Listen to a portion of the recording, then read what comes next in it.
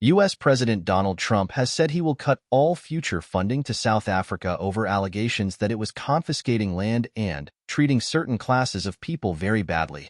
Last month, President Cyril Ramaphosa signed into law a bill that allows land seizures without compensation in certain circumstances. Land ownership has long been a contentious issue in South Africa, with most private farmland owned by white people, 30 years after the end of the racist system of apartheid.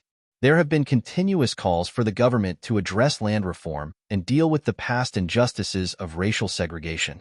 South Africa's president responded to Trump with a post on X. South Africa is a constitutional democracy that is deeply rooted in the rule of law, justice, and equality.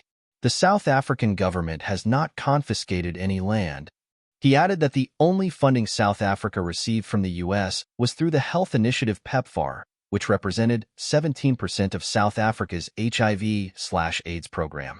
The U.S. allocated about $440 million, £358 million, in assistance to South Africa in 2023, according to U.S. government data.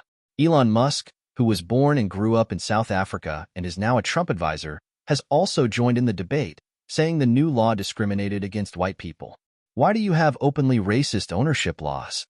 Mr. Musk said to Ramaphosa in a post on X. South Africans' anger over land set to explode. On Sunday, Trump wrote on his social media platform Truth Social, "I will be cutting off all future funding to South Africa until a full investigation of this situation has been completed." He later said, in a briefing with journalists, that South Africa's leadership is doing some terrible things, horrible things. So that's under investigation right now. We'll make a determination. And until such time as we find out what South Africa is doing, they're taking away land and confiscating land. And actually they're doing things that are perhaps far worse than that. South Africa's new law allows for expropriation without compensation only in circumstances where it is just and equitable and in the public interest to do so. This includes if the property is not being used and there is no intention to either develop or make money from it, or when it poses a risk to people. Land ownership has long been a contentious issue in South Africa for more than a century. In 1913, the British colonial authorities passed legislation that restricted the property rights of the country's black majority.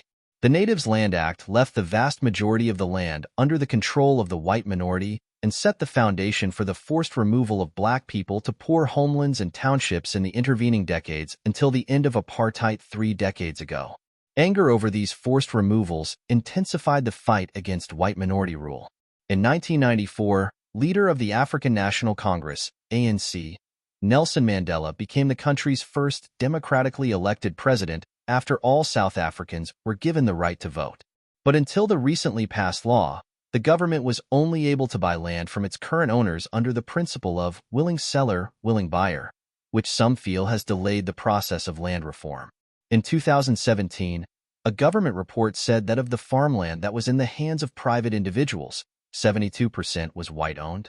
According to the 2022 census, white people make up 7.3% of the population. However, some critics have expressed fears that the new land law may have disastrous consequences, like in Zimbabwe, where seizures wrecked the economy and scared away investors. South African Mineral Resources Minister Gwede Mantashe responded to Trump's comments by telling a mining conference that the country should withhold its minerals if they, U.S., don't give us money. South Africa exports a variety of minerals to the U.S., including platinum, iron, and manganese. AfriForum, a group focused on protecting the rights and interests of South Africa's white Afrikaner population, wants the government to change the new law to ensure the protection of property rights.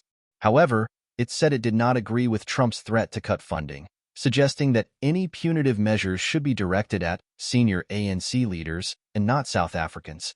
The ANC, led by Ramaphosa, currently governs South Africa as part of a coalition government with 9 smaller parties.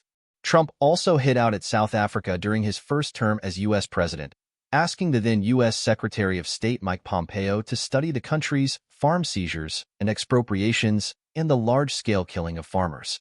At that time, South Africa accused Trump of seeking to sow division, with a spokesperson saying he was misinformed.